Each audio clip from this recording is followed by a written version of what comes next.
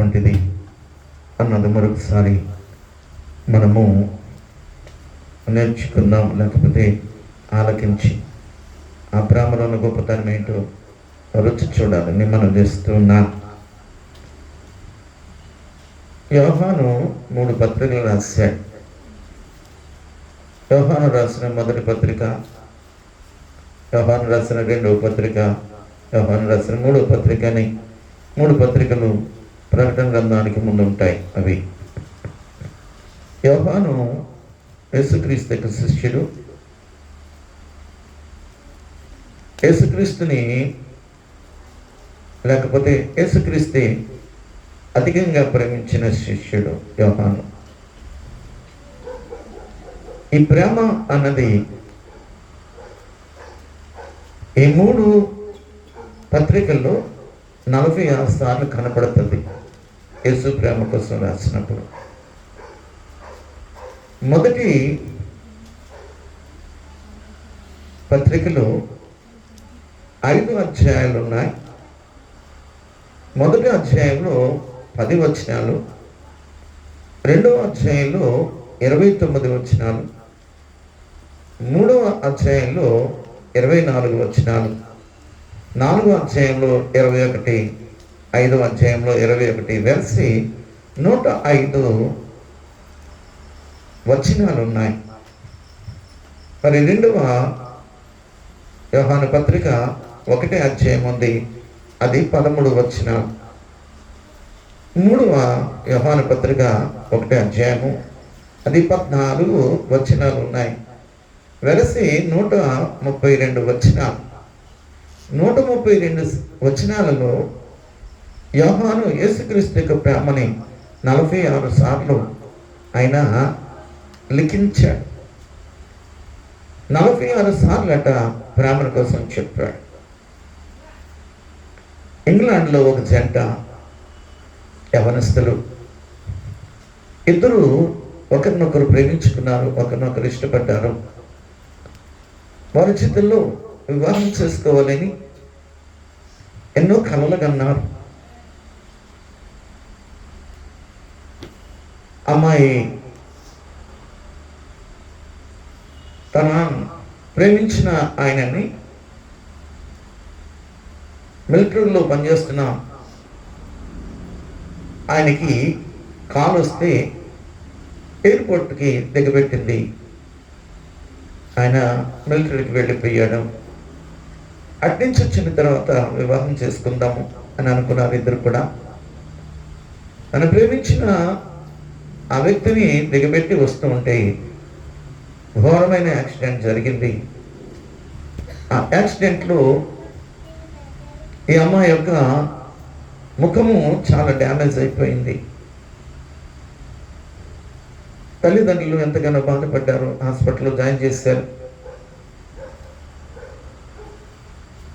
ముఖానికి సర్జరీ చేయించారు. 6 నెలలు హాస్పిటల్లోనే ఉండిపోయింది. తన ముఖం అద్దంలో చూసుకుంది, చాలా దారుణంగా ఉంది. తనకి సర్జరీ చేయించిన అంత అందము తిరిగి రాలేదు. తను ప్రేమించిన ఆ వ్యక్తి అక్కడి నుంచి ఈరోజు లెటర్స్ పంపిస్తూనే ఉన్నాడు. దానికి అమ్మాయి జవాబు ఇవ్వకుండా ఆ లెటర్స్ చింపేస్తూ ఉంది. ఎందుకనంటే ఈ ముఖాన్ని చూస్తే అతను నన్ను పెళ్లి చేసుకోడు, నేను చాలా భయంకరమైన స్థితిలో నేనున్నాను, అందుకోసమని అతని మీద ప్రేమను పెంచుకోవడం వేస్ట్ అనుకుంది, ద్వేషాన్ని పెంచుకోవడం మొదలుపెట్టింది. అతను రాసే ప్రతి ఉత్తరానికి ఏ ఒక్కటి జవాబు రాలేదు. అతను రాలేని పరిస్థితి, అక్కడ వార్ జరుగుతుంది, అందుకని రాలేకపోయాడు. ఇక్కడి నుంచి విషయాలు తెలియలేదు. రోజు దుఃఖిస్తూనే ఉంది. అద్దంలో తన ముఖాన్ని చూసుకుంటుంది. భయంకరమైన తన ముఖాన్ని చూసుకుని ఏడుస్తూ ఉంది. నా జీవితం ఇంటికి, నా బ్రతికింటికి, నన్ను ప్రేమించిన వాడు నాకు దూరంగానే ఉంటే మంచిది, నన్ను చూస్తే అతను అసహించుకుంటాడు నన్ను, అది నా జీవితంలో నేను భరించలేను. ఒకరోజు తల్లి తన కుమార్తె ఉత్తరము చించేస్తూ ఉంటే చూసింది. తను పడుకున్నప్పుడు ఆ చించేసిన ఆ ఉత్తరాన్ని తీసుకుని ఒకటొకటిగా పేర్చి చదువుతుంది. నేను ఎన్నోసార్లు నీకు లెటర్ రాస్తున్నాను, నువ్వు ఎలాగున్నావో నాకు తెలియటం లేదు. ఇదిగో మరొక నెలలో నేను వచ్చేస్తూ ఉన్నాను, మన వివాహానికి నువ్వు సిద్ధంగా అని. దానిని ఆ అమ్మాయి చించేసిన ఆ ఉత్తరాన్ని తల్లి ఆ అడ్రస్కి రాస్తుంది. పరిస్థితి ఎలాగైపోయింది, నా కూతురు యాక్సిడెంట్లో ముఖమంతా కూడా పాడైపోయింది, డ్యామేజ్ అయిపోయింది. నేను ఎంతగా దానికి వైద్యం చేయించిన దుఃఖంతో ఉంది, నేను ద్వేషిస్తుంది అని అంటే తను మళ్ళీ ఉత్తరం రాశాడు. తన ముఖాన్ని నాకు పంపించండి, ఫోటో చూపించండి, ఎలాగున్నది నేను చూస్తాను అని ఫోటో తీసి పంపించింది. భయంకరమైన ముఖాన్ని చూసి ఆయన తన అమ్మాయి అమ్మగారికి లెటర్ రాసాడు. అతను, నేను ప్రేమించిన అమ్మాయి అంతకుముందు కంటే ఇప్పుడు బాగుంది, నాకు అమ్మాయిని నేను పెళ్లి చేసుకోబోతున్నాను, నేను 1 నెలలో వస్తున్నాను, పెళ్లికి కావాల్సినవన్నీ ఏర్పాటు చేయండి అని తను పెళ్లి కార్డు కూడా ఇలాగా అచ్చు వేయించండి, మా అమ్మాయి పేరు నా పేరు కూడా అచ్చు వేయించండి, మొట్టమొదటి కార్డు మీ అమ్మాయికి ఇవ్వండి, నేను ఫ్లైట్ దిగిన వెంటనే నేను వివాహం చేసుకుంటాను అని అమ్మాయి దగ్గరికి వెళ్ళింది. అబ్బాయి పేరెత్తితే చాలా కోపపడిపోయింది. ఆ పేరు ఎత్తొద్దు, అబ్బాయి పేరు ఎత్తొద్దు, అతని పేరు నేను వినడానికి ఇష్టం లేదు, వినడానికి నేను సిద్ధంగా లేను అని అంటే, ఏం లేదు, అతనికి వివాహం అవుతుంది, వివాహము నిన్ను ఆహ్వానిస్తున్నాడు, ఇదిగో కార్డు అని దూరంగా నెట్టేసింది. కార్డు దూరంగా ఇసిరేసింది. అమ్మ వెళ్ళిపోయిందని నవ్వుకుంటూ చాలాసేపటికి కానీ ఆ కోపం పోలేదు. తను పెళ్లి చేసుకుని అమ్మ ఎవరా అని మెల్లగా వణుకుతున్న ఆ చేతులతో కార్డు తీసింది. చూస్తే తన పేరుంది. ఆశ్చర్యపడ్డది. ఏంటి పరిస్థితి అని అనుకుంటుండగా ఆడమొచ్చి చెప్పింది, నువ్వు అతను రాసిన ఉత్తరానికి జవాబు ఇవ్వలేదు, కానీ నీ పరిస్థితి చూసిన నేను ఈ పరిస్థితిని అతనికి వివరించి చెప్పాను. అయితే ఇప్పుడున్న నీ ఫోటో పంపించమన్నాను, నేను పంపించాను. యవనస్తుడు చెప్పిన మాట ఏంటో తెలుసా, అంతకుముందు నేను చూసిన ముఖం కంటే ఇప్పుడు నువ్వు కలిగిన ముఖము చాలా అందంగా ఉంది, వివాహం చేసుకుంటానని బలవంతం చేశాడు. నేను ఇంకా ప్రేమిస్తూనే ఉన్నాడు. ఏం చూసి యేసుక్రీస్తు ప్రభు మనల్ని ప్రేమిస్తున్నాడు? పెంట మీద చెత్త లాంటి మన జీవితంలో, ఘోరమైన పాపపు జీవితంలో, కప్పు కొడుతున్న మన జీవితంలో, పురుగు వంటి జీవితాన్ని కలిగిన మన యేసుక్రీస్తు అంతకంటే ఎక్కువగా ప్రేమిస్తున్నాడు. ఈ ప్రేమకి రిప్లేస్మెంట్ లేదు. ఇలాంటి ప్రేమ మరెక్కడ చూడలేని ప్రేమ. నా జీవితంలో ఆ ప్రేమని వర్ణించలేనిది. ఆ ప్రేమ నన్ను ప్రేమించే ప్రేమ. నా కోసం పరలోకాన్ని విడిచిపెట్టి మానవ రూపాన్ని ధరించుకుని ఈ లోకానికి వచ్చి తన సర్వస్వాన్ని అర్పించిన ప్రేమ ఆ ప్రేమ. ఆ ప్రేమకి మనం ఎవరు ఏమీ ఇవ్వలేము. 1 యోహాను పత్రిక 4వ అధ్యాయము 7 నుంచి 12 వరకు ఉన్న వచనాలను నేను చదువుతాను. ప్రియులారా, మనము ఒకరినొకడు ప్రేమిద్దాము. ఎలాగనగా ప్రేమ దేవుని మూలముగా కలుగుచున్నది. ప్రేమించు ప్రతి వాడును దేవుని మూలముగా పుట్టినవాడై దేవుని ఎరుగును. దేవుడు ప్రేమ స్వరూపి. ప్రేమ లేనివాడు దేవుని ఎరుగడు. మనము ఆయన ద్వారా జీవించినట్లు దేవుడు తన అద్వితీయ కుమారుని లోకములోనికి పంపెను. దీని వలన దేవుడు మన యందుంచిన ప్రేమ ప్రత్యక్షపరచబడెను. మరియు దేవుని ప్రేమించటమని కాదు, తానే మనల్ని ప్రేమించి మన పాపములను నాకు ప్రాయశ్చిత్తమై ఉండుటకు తన కుమారుని పంపెను. ఇందులో ప్రేమ అన్నది, ప్రియులరా, దేవుడు మనలను ఇలాగూ ప్రేమింపగా మనమొకరికొకరు ప్రేమింపబద్ధులమై ఉన్నాము అని ఈ మాటలు తెలియజేస్తూ ఉన్నాయి. దేవుని యొక్క ప్రేమల గురించి ఎంత చెప్పినా అది తక్కువే. ఎందుకనంటే మరి 1 యోహాను పత్రికలో 1వ అధ్యాయము 4వ వచనంలో ఉన్న మాటలు చదువుదాం. మన సంతోషము పరిపూర్ణము అగుటకై దేవుని యొక్క ప్రేమ మా సంతోషాన్ని పరిపూర్ణం చేస్తుంది. ఆయన ప్రేమలో పరిపూర్ణమైన సంతోషం ఉంది. తల్లి ప్రేమిస్తుంది. పిల్లలు తల్లి ప్రేమను ఇష్టపడతారు. తల్లికి మించిన ప్రేమ ఆ ప్రేమ. ఆ ప్రేమలో పరిపూర్ణమైన సంతోషం ఉన్నదట. దేవాది దేవుని ప్రేమని ఎవరైనా వర్ణించగలమా అంటే వర్ణించలేము. ఎందుకు ప్రేమిస్తున్నాడు? మానవులైన మనము మన పితరుడైన ఆదాము అవ్వ తప్పు చేస్తే ఏదైనా వనములోంచి వారు తోలివేయబడ్డారు, త్రోసివేయబడ్డారు. అయినా దేవుడు విడిచిపెట్టలేదు.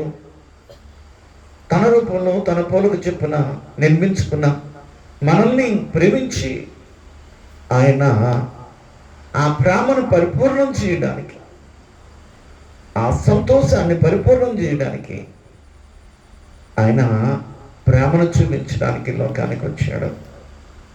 ఆయన ప్రేమలో ఏమున్నదంటే సంపూర్ణమైన సంతోషం, పరిపూర్ణమైన సంతోషం ఉన్నదట. ఏ వ్యక్తి ప్రేమించినా ఒకవేళ ఆ ప్రేమలో స్వార్థత ఉంటుందేమో, కానీ తల్లి అయినా సరే ఒకరిని ప్రేమించి ఒకరిని దేశించి వచ్చేమో, కానీ అలా ఉన్నదా అని అంటే ఉన్నదని చెప్పగలం, లేదని కూడా చెప్పగలం. కొంతమంది విషయంలో తన యొక్క స్వార్థాన్ని బట్టి పిల్లల్ని వాడుకునేది అది ప్రేమ అంటారా? అయితే తల్లికి మించిన వాడు ఎవరన్నా ఉన్నారంటే నా యేసయ్య ఉన్నాడు. యేసయ్యకి మించిన ప్రేమ ఎవరు కూడా చూపించలేని ప్రేమ. మనము 2వ అధ్యాయంలో 1వ వచనం చదువుదాం. మీరు పాపము చేయకుండాటకై, అంటే యేసుక్రీస్తు ప్రేమలో నిలిచిన వాళ్ళట పాపము చేయకుండా ఉంటారట, పాపానికి దూరంగా ఉంటారట. అంతగా దేవుడి యొక్క ప్రేమని మనం రుచి చూడాలి. అటువంటి ప్రేమ దేవుని ప్రేమ. దేవుని ప్రేమలో నిలుచుంటే పాపానికి నువ్వు దూరంగా ఉంటావు. యేసుక్రీస్తు యొక్క ప్రేమ సంపూర్ణమైన సంతోషాన్ని నీకు, పరిపూర్ణమైన సంతోషాన్ని నీకు ఇస్తుంది. దాంట్లో ఎక్కడ కొలత లేదు, కొరత లేదు, కొరత లేని ప్రేమ ఆ ప్రేమ.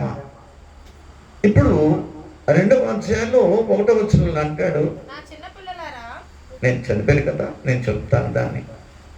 పిల్లల కోసం చెప్తున్నాడు, మన కోసం చెప్తున్నాడు. అంటే యేసుక్రీస్తుకి మనం అందరం కూడా పిల్లలమే. యేసుక్రీస్తు ప్రేమ పాపానికి దూరం చేస్తుంది మనల్ని. మనము పాపానికి దూరంగా ఉండేలాగా దేవుని యొక్క ప్రేమ మనం బలవంతం చేస్తుంది. ఆ పాపానికి దూరంగా ఉండాలని, ఆ పాపం చేస్తే దేవునికి ఇష్టం లేదని, ఆ పాపం వల్ల మనకి ఎంత నష్టమో దేవుని ప్రేమ మనకి తెలియజేస్తుంది. అందరి బట్టి మనము ఆ ప్రేమలో ఉన్నప్పుడట పాపానికి దూరంగా ఉంటామని దేవాది దేవుని యొక్క వాక్యం తెలియజేస్తూ ఉంది. 4వ అధ్యాయము 11వ వచనంలో ఉన్న మాట చదువుదాం. ప్రియులారా, దేవుడు ఇలాగూ మనల్ని ప్రేమించగా, అంటే దేవుని ప్రేమ ఏం చేస్తుందంటే మరొకరిని ప్రేమించేటట్లుగా చేస్తుంది. దేవుని ప్రేమే పెట్టకపోతే మనిషిలో ఆ ప్రేమ లేకపోతే పిల్లల్ని ఇలా చూడండి, ఈ తాసు పాము అంటే నాగుపామట, పిల్లలు పెట్టి అదే తినేస్తుందటండి. కానీ మనలో దేవుని ప్రేమను పెట్టిన దేవాది దేవుడు పశువులను ఉందనుకోండి, నిప్పుకోడి ఉంది, నిప్పుకోడి గుడ్లు పెడుతుందట, మట్టిలో కప్పెడుతుందట. ఏ జంతువు వచ్చినా ఏది దాని మీద పరిగెట్టినా ఆ గుడ్డు ఏమైపోతుందంటే పాడైపోతుంది. దానికి ఆ జ్ఞానము లేదట. కానీ నీకు నాకు ఆ జ్ఞానం ఇచ్చాడు దేవుడు.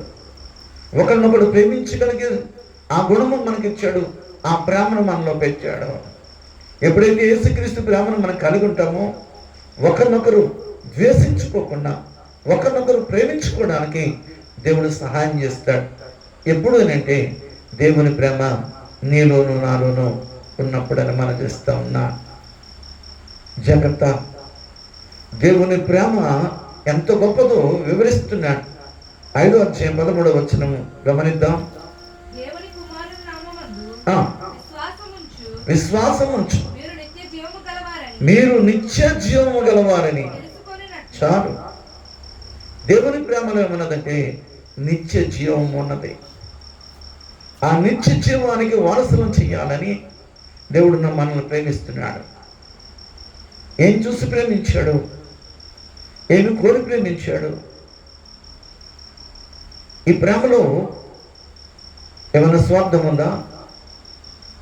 ఏమన్నా ఆయన మన నుంచి ఆశిస్తున్నాడా అని అంటే ఏమీ లేదు. ఆయన ప్రేమించాడు, ఆయన ప్రేమించాడు. ఆ ప్రేమ నువ్వు కలిగి ఉన్నట్లయితే ఒకరినొకరు ప్రేమించగలుగుతాము. ఆ ప్రేమ నీలో ఉన్నట్లయితే దేవాది దేవుని ప్రేమ నిన్ను శాశ్వతమైన జీవములకు నడిపిస్తుంది. ఆ ప్రేమ పాపము చేయకుండా దూరపరుస్తుంది.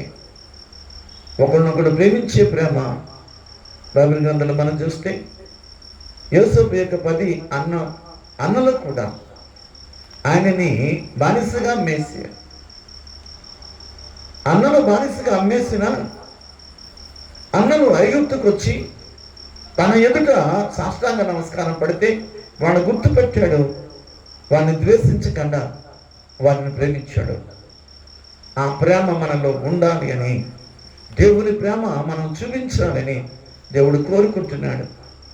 దేవుడు నిన్ను ప్రేమిస్తున్నాడు, నీకు తెలుసు కదా. దేవుడు మనల్ని ప్రేమించినప్పుడు దేవునికి విరుద్ధమైన పాపం మనలోంచి దూరంగా ఉంచాలి. ఒకరినొకడు ప్రేమించే ప్రేమ మనం కలిగి ఉండాలి. ఆ ప్రేమ మన నిత్య జీవానికి అది వారసనం చేస్తుంది. అటువంటి ప్రేమ దేవాది దేవుడు మన పట్ల కలిగి ఉన్నాడని ఈ 132 వచనాల్లో ఉన్న ఆ భాగాల్లో 46 సార్లు ఈ యోహాను పత్రికలో యోహాను రాసి ఉంచాడు. తక్కువే.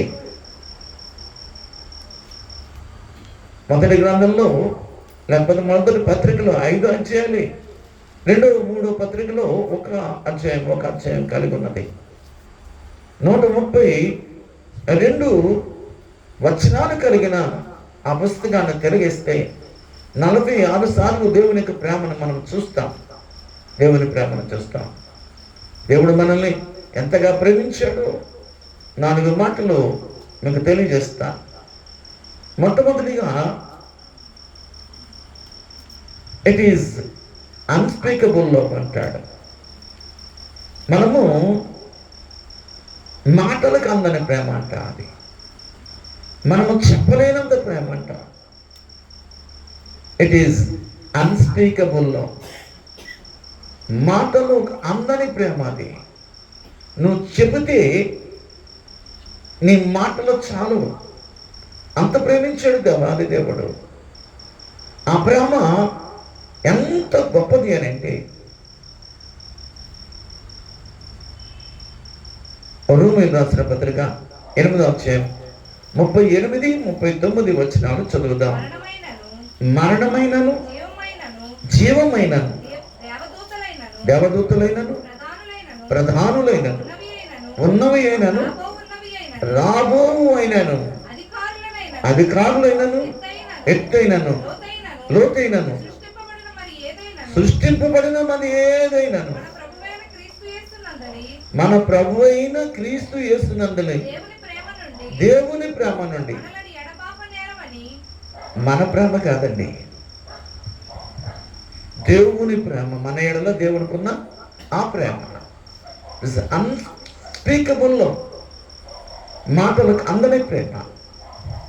నువ్వు వర్ణించలేవు ఆ ప్రేమ. నువ్వు చనిపోయినా నీతో ఎవరు రాను, కానీ దేవాది దేవుడు వస్తాడు. నేను చనిపోయిన నిన్ను ఆయన రాజ్యానికి తీసుకెళ్ళడానికి వస్తాడు. నువ్వు బ్రతికినప్పుడు కూడా నీకెవరో లేకపోయినా దేవాది దేవుడు ఉన్నాడు. ఆయన ప్రేమని చూపించే దేవుడు. ఈ సృష్టిలో ఏదైనా సరే నీపై దేవుడు చూపించిన ఆ ప్రేమని నీ నుండి ఎవరు కూడా వేరు చేయలేరు. ఒకవేళ నువ్వు ఆయన ప్రేమించకపోవచ్చు, ఒకవేళ నువ్వు ఆయనను కాదనుకోవచ్చు, కానీ దేవుడు నిన్ను మాత్రం ఏనాడు కాదనలేదండి. అటువంటి ప్రేమ కలిగిన దేవుడు నిన్ను ఇంకా ప్రేమిస్తూనే ఉన్నాడు. మనం ఏ స్థితిలో ఉన్నా, మనం ఏ పరిస్థితిలో ఉన్నా, మనల్ని దేవుడు ప్రేమిస్తూనే ఉన్నాడు. ఆ ప్రేమ మన నుండి ఎడబాసిపోదు అని అన్స్పీకబుల్ లవ్, దేవుని యొక్క ప్రేమని వర్ణించలేని అన్నట్టుగా మనము చూస్తాం. రెండవదిగా, ఇట్ ఈజ్ అన్ఎండింగ్ లవ్, అంటే అంతము లేని ప్రేమ. దానికి ఎండింగ్ లేదు, దానికి అంతము లేదు. ఇది శాశ్వతమైన ప్రేమ. అలా ప్రేమించే ఏ వ్యక్తి లేరు. అందుకని దేవుని యొక్క ప్రేమకి సాటి లేదు అని అంటాడు. దేవాది దేవుడు మాట్లాడుతూ ఒక మాట ఇర్మియా గ్రంథంలో 31వ అధ్యాయంలో 3వ వచనంలో ఉన్న మాటని మనం చదువుతాం.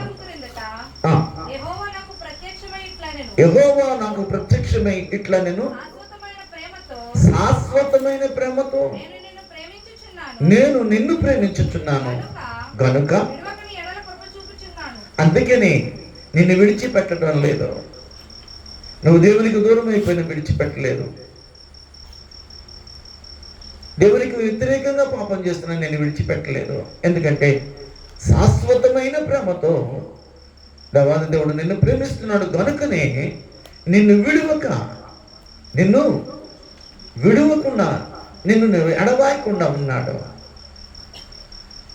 మనం ఏ స్థితిలో ఉన్నా ఆయన మనల్ని ప్రేమించే దేవుడని మనం చేస్తూ ఉన్నాం. మరొక ఆ ప్రేమ కోసం మనం కానీ మాట్లాడితే, ఇట్ ఈజ్ అన్సెల్ఫిష్ లవ్. స్వార్థము లేదు ఆయన ప్రేమలో.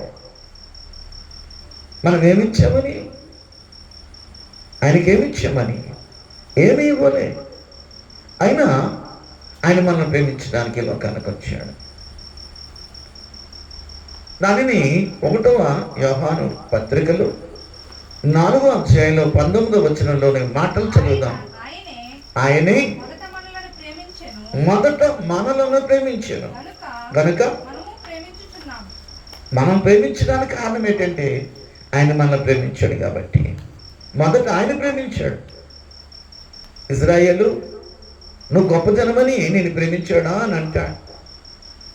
వాళ్ళు తక్కువ జనమే కదా, దేవుడు ప్రేమించాడు. నువ్వు ఎక్కువ వాడమని ప్రేమించాడా? ఆయనకంటే ఉన్నతమైన పరిస్థితి నీకు ఉన్నదా అంటే లేదు. ఆయన ఇస్తేనే కదా రూపం కలిగింది, ఆయన ఇస్తేనే కదా సమస్తము కలిగింది, ఆయన ఇస్తేనే కదా అన్నీ కూడా మనకు కలిగినాయి. అయినా ఇచ్చిన యేసయ్యను మనము దూరంగా నెట్టివేస్తే మన జీవితాన్ని మన జీవితం మనం గడుపుతూ ఉంటే యేసయ్య మన వెంట పడ్డాడు, మనల్ని రక్షించుకున్నాడు, మనల్ని ప్రేమిస్తున్నాడు, ఇంకా ప్రేమిస్తున్నాడు, ఇంకా ప్రేమిస్తున్నాడు. దాంట్లో స్వార్థం అనేది లేదు. దాంట్లో నువ్వేదో ఇస్తామని ఆయన ప్రేమించలేదు. ఆయన ప్రేమ ఏంటో మనకు తెలియజేయడానికి ఆయన ఇష్టపడుతున్నాడని మనం ఇస్తున్నాము. మరొక ఆ ప్రేమను కోసం మనం కానీ చూసినట్లయితే ఇట్ ఈస్ అన్కండిషనల్ లవ్ అంట. అంటే షరతులు లేని ప్రేమ అంట. షరతేమీ పెట్టలేదు. నువ్వు ఇలా ఉంటే నేను ప్రేమిస్తానని కానీ, నువ్వు ఇలా చేస్తే నీ కార్యాలు నేను చేస్తానని కానీ అనేం చెప్పలేదు. అనేం చెప్పలేదు. కండిషన్ ఏం పెట్టలేదు. Unconditional love. అది షరతులు లేని ప్రేమగా మత్తయి సువార్త అనుకుంటాను 23:37 చూడండి. యెరూషలేమా యెరూషలేమా ప్రవక్తలను చంపుచును, నీ వద్దకు పంపబడిన వారిని రాళ్లతో కొట్టుచును. ఉండుదానా, కోడి తన పిల్లలను రెక్కల కిందకి అలాగూ చేర్చుకున్నాను, అలాగే నేనును. అదిగో నువ్వెన్నో చేశావు. అయినా సరే కోడి తన పిల్లల్ని ఎలాగైతే రెక్కల చాటుకు చేర్చుకుంటుందో, చెప్పిన మాట వినకపోయినా కోడి తన పిల్లల్ని కాపాడుకోవడానికి రెక్కలు చాపుతుందట. తన ప్రాణం పోయినా గ్రద్ద ఆకాశంలో తిరిగి తన పిల్లల్ని ఎక్కడ ఎత్తుకుపోతుందనని తన రెక్కల చాటుకు పిలుస్తుంది. ఒకవేళ మీదకే వస్తే పిల్లలను కాపాడుకోవడానికి తన ప్రాణమైన పణంగా పెడుతుంది. దానితో మరి ఫైట్ చేయడానికి ఇష్టపడుతుంది. దేనికోసం? తన పిల్లల కొరకు.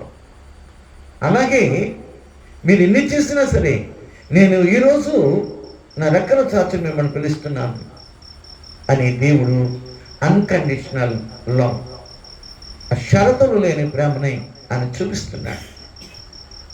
మరి నువ్వు నేను ఏం చేద్దాం? ఆ ప్రేమకు నువ్వేనా ఇవ్వగలవా? నేనేమన్నా ఇచ్చి రుణం తెచ్చుకోగలనా? ఆయన త్యాగం అట్లే ఉండాలి. ఆ రుణాన్ని అట్లే అలాగే ఉండిపోవాలి. ఎవరు ఆ రుణాన్ని తీర్చలేరు. ఆయన మనల్ని అంతగా ప్రేమిస్తూ ఉన్నాడు. ఆయన ఎంతగా ప్రేమిస్తున్నాడు అంటే 2వ కొరింథీయులకు రాసిన పత్రిక 5వ అధ్యాయం 21వ వచనాన్ని మనం గమనిద్దాం. మనము ఆయన యందు దేవుని నీతి అగునట్లు పాపం ఎరుగని ఆయనను మన కోసము పాపముగా చేశాడు. ఆయన మధ్యవర్తిగా నిలబెట్టాడు. This unconditional love. It is unselfish love. It is unending love. It is unending. ఇది అన్ఎండింగ్, లేకపోతే ఎండ్లెస్ అనొచ్చు, అన్ఎండింగ్ అనొచ్చు. ఎవర్ లాస్టింగ్ లవ్, శాశ్వతమైన ప్రేమ. అది అన్స్పీకబుల్ లవ్. నువ్వు ఆ ప్రేమను వర్ణించలేవు. అటువంటి ప్రేమ. ఆయన మనకు మధ్యవర్తిగా ఉన్నాడు. ఆయన పాపమెరుగు ఆయన మన కొరకు పాపంగా మార్చాడు. సిలువలో మనకు మధ్యవర్తిగా ఆయన తన ప్రాణాన్ని మన కొరకు బలిగా ఇచ్చాడు. ఆయన పరిశుద్ధమైన రక్తం మన కొరకు చిందించాడు. ప్రకటన గ్రంథం 1:6 గమనిద్దాం. మనలను ప్రేమించుచు తన రక్తము వలన మన పాపముల నుండి మనలను విడిపించిన వానికి ఏమివ్వగలం? మహిమ, ఘనత, ప్రభావాలు చెల్లించిన తప్ప ఏమని ఇవ్వగలమా? ఇవ్వలే. ఈ ప్రేమ చాలా గొప్పది. మనిషి ప్రేమించుతాడు.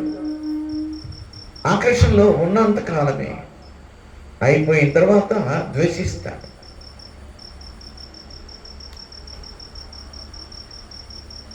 మనిషి ప్రేమ అంటాడు, కొంతకాలము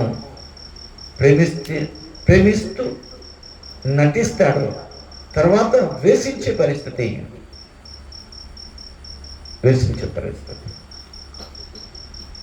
కానీ దేవుడు అలా కాదే. శాశ్వతమైన ప్రేమతో మనం ప్రేమిస్తున్నాడు కనుక విడవక మన ఎడల కృప చూపుతున్నాడు. ఆ కృప ఆయన శాశ్వతమైన కృపతో చూపిస్తున్నాడు. కాబట్టి మనం ఇంకా నశించకుండా ఉన్నాం. 1 పేతురు పత్రిక 1:19 చదువుదాం. అమూల్యమైన రక్తము చేత అనగా నిర్దోషమును నిష్కలంకమునకు గొర్రె పిల్ల వంటి క్రీస్తు రక్తము చేత విమోచించబడ్డాము మనము. ఆ బ్రహ్మకి వెలకట్టగలమా? అమూల్యమైన రక్తం. అది మూల్యము పెట్టి కొనలేనిది, అమూల్యమైనది. నువ్వు ధనం ఇచ్చి దానిని కొనుక్కోలేవు. మనల్ని విడిపించడానికి ఆయనకున్న ప్రేమ అటువంటి ప్రేమ. నువ్వు చెప్పగలవా? మాటల్లో చెప్పగలవా? ఈనాడు సొసైటీని మనం చూస్తున్నాం. ప్రేమిస్తున్నాను అని అంటే అది ఒట్టిదేనండి. యేసుక్రీస్తు ప్రేమ ఎవరిలో ఉంటుందో వారు మరొకరు ప్రేమించడానికి దేవాది దేవుడు సహాయం చేస్తాడే. కానీ దేవుని ప్రేమ నీరు లేకపోతే మరొకరిని ప్రేమిస్తున్నాను అన్న మాట ఒట్టిది, అది మోసకరమైన మాట. యేసుక్రీస్తుని ప్రేమించగలిగితే నువ్వు మరొకరిని ప్రేమించగలవు. ఎందుకంటే మొదట ఆయన మనల్ని ప్రేమించాడు కాబట్టి. ఎఫెసీయులకు రాసిన పత్రిక 1:7 మనం గమనిద్దాం. దేవుని కృపా మహదైశ్వర్యమును బట్టి ఆ ప్రియనియందు ఆయన రక్తము వలన మనకి విమోచనం అనగా పాప క్షమాపణ కలిగింది. ఆ రక్తము వలన మనకు విమోచనం కలిగింది, పాప క్షమాపణ కలిగింది. అంత గొప్ప దేవుడు అండి, అంత గొప్ప దేవుడు. మనిషిని ప్రేమించలేకపోతున్నాడు, ద్వేషిస్తూ ఉన్నాడు. ఈనాడు రాజకీయ పార్టీలో మరొక ప్రభుత్వము వచ్చిందని పేపర్లో నేను చూస్తూ ఉన్నాను. కక్షలు సాధిస్తూ ఉన్నారు. ఎక్కడ చూసినా సరే కక్ష సాధింపే కానీ ప్రేమలు లేదు. అంత ప్రేమించిన వాడిని దేవుడు తప్ప ఆ ప్రేమకు సాటి మరొకటి లేదు. కొలసీయులకు రాసిన పత్రిక 1:14 వచనం.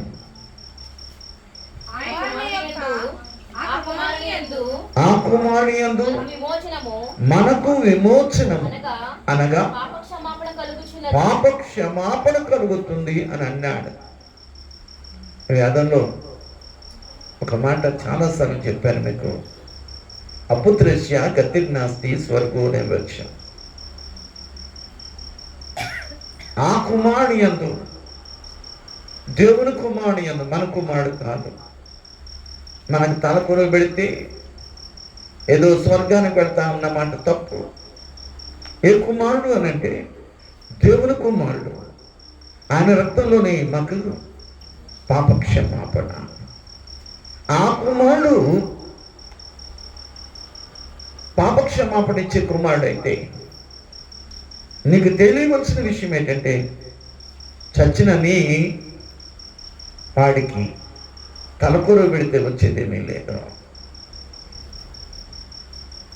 కుత్సితాన్ని మానయతి కుమార. చెడ్డ గుణములన్నా ఆయన పరిహరించేవాడు ఆ కుమారుడు యేసుక్రీస్తు ప్రభువు.